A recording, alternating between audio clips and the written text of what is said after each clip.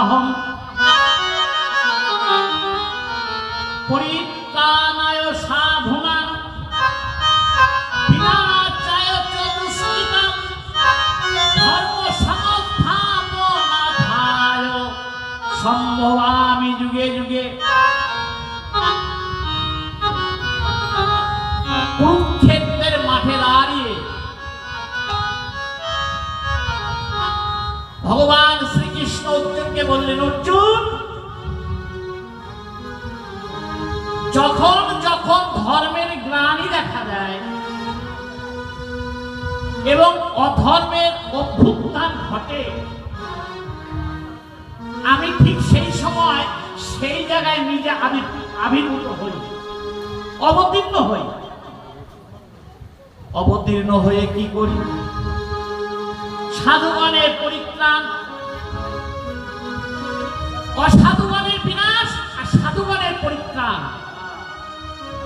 সাধুগণকে পরিত্রাণ করি, অসাধুগণকে বিনাশ করে পুনরায় সেই জায়গায় আমি ধর্ম স্থাপনের জন্য আমি যুগে যুগে অবতীর্ণ হয়েছি।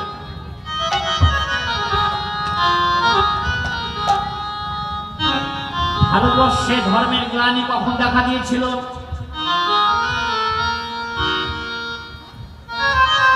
আজকে পালাকাপুর বিষয় মুখ্য বিষয়।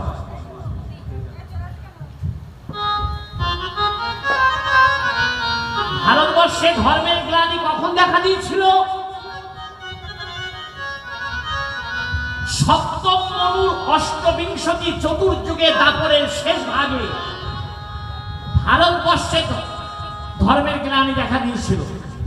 ঠিক সেই সময় ভারতবর্ষের সর্বত্র অধর্মের রাজত্ব করছে। ধর্মদ্রোহী দুর্বৃত্তগণের অত্যাচারে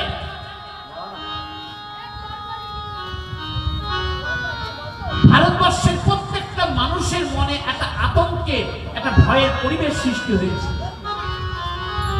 ঠিক সেই সময়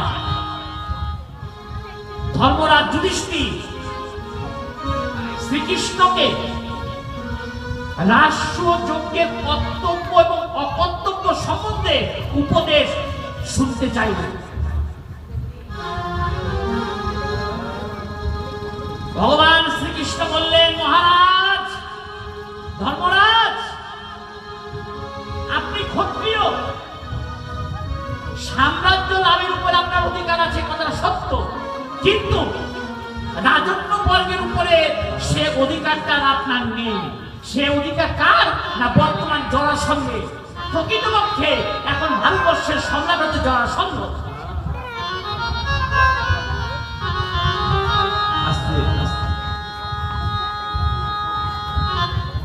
এই জরাসন্ধ 100 জন রাজাকে বন্দী করে এক পাশবিক নরমের যজ্ঞ করবেন বলে মনস্থির করেছেন। আর এই সেই কারণে তিনি 86 জন রাজাকে বন্দী করেছেন। আর 14 জন রাজাকে বন্দী করতে পারলে জরাসন্ধের মনোবাসনাটা পূর্ণ হবে, অর্থাৎ নরমের যজ্ঞটা পূর্ণ হবে। এই কারণে বহু রাজা ভারতবর্ষের পশ্চিম দিকে পালিয়ে গিয়ে আশ্রয় নিলেন এই জরাসন্ধের হাত থেকে রক্ষা পাবার নিমিত্তে। জরাসন্ধের জামাই কে? কংস। নিজ পিতা উগ্রসেনকে কারারুদ্ধ করে নিজ সিংহাসনে অধিষ্ঠিত হয়ে জ্ঞাতিবর্গের উপর নির্মম অত্যাচার শুরু করেছেন। দক্ষিণ ভারতের চেনিরাজ শিশুপাল, যিনি জরাসন্ধের দক্ষিণ অর্থ ছিল, তিনিও প্রজাদের উপর নির্মম অত্যাচার শুরু করেছেন। ভগবান শ্রীকৃষ্ণ ভারতবর্ষের এহেন দুর্দশা দর্শন করে মনে মনে ভাবলেন, তিনি সংকল্প করলেন যে ধর্মরাজ যুধিষ্ঠিরের মাধ্যমে রাষ্ট্র যজ্ঞ করে তিনি ধর্ম স্থাপন করবেন। কিন্তু ভগবান শ্রীকৃষ্ণের মনোবাসনা পূর্ণ হলো না। কেন হলো না? না দুর্যোধনের ঈশানলে পড়ে, কোপানলে পড়ে ধর্মরাজ যুধিষ্ঠিরকে বনবাসে যেতে হলো। ধর্মদ্রোহী দুর্বৃত্তগণের অত্যাচারে অতিষ্ঠ হয়ে উঠলেন ভারতবর্ষের মানুষ। ভগবান শ্রীকৃষ্ণ মনে মনে ভাবলেন, এই ক্ষত্রিয়কুল যতক্ষণ থাকবে ভারতবর্ষে ধর্ম স্থাপন হবে না। এই ক্ষত্রিয়কুল ভারতবর্ষ থেকে ধ্বংস না হওয়া পর্যন্ত ধর্ম স্থাপন সম্ভব নয়। পরিণামে কি হলো? 18 দিন ধরে কৌরবদের সঙ্গে পাণ্ডবদের কুরুক্ষেত্রের মাঠে যুদ্ধ হলো। যুদ্ধের পরিণামটা কি? যথা ধর্ম তথা জয়। আসতে কুরুক্ষেত্রটা কোথায়? কুরুক্ষেত্রটা কোথায়? যা আছে বিশ্ব ব্রহ্মাণ্ডে তা আছে আমার। তাহলে আমার দেহবান্ধে কুরুক্ষেত্র কোথায়? কুরুক্ষেত্র হচ্ছে মানুষের চিন্তার চালনভূমি।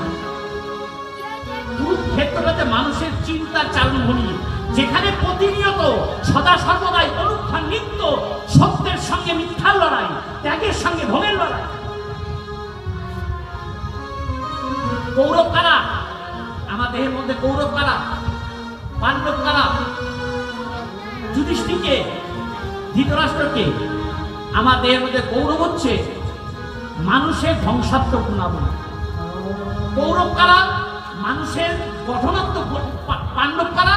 মানুষের গঠনাত্মক গুণাবলী। ধৃতরাষ্ট্রকে মানুষের অন্ধ স্নেহ ভালোবাসা।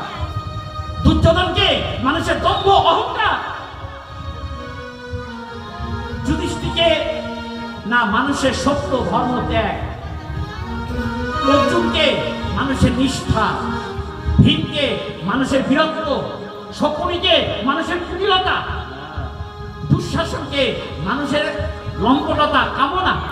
যা আছে বিশ্বব্রহ্মাণ্ডে তা আছে আমার দেহভাণ্ডে।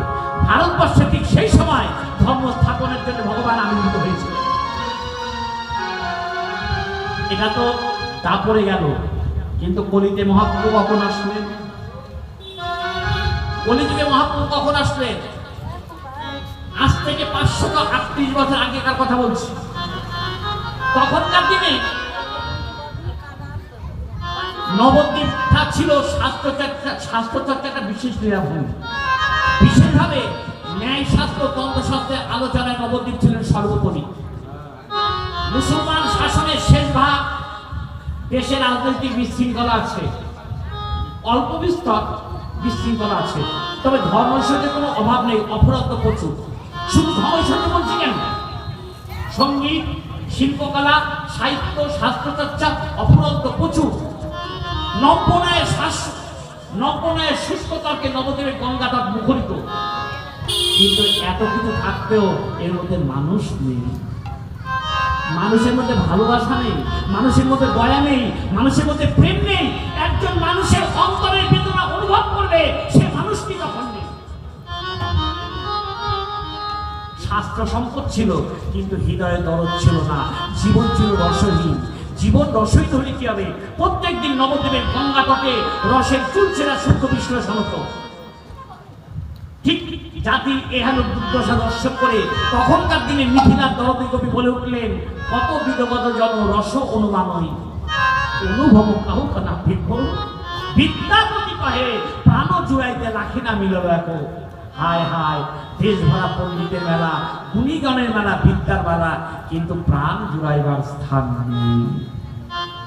জাতির কবি নবরসিকের শ্রেষ্ঠ রসিক চণ্ডীদাস জীবের দুর্দশা দর্শন করে বলে উঠলেন, উচ্চ স্বরে মর্মান্তিক ভাবে বলে উঠলেন, সুরে মানুষ ভাই, সবার উপরে মানুষ সত্য, তাহার উপরে না।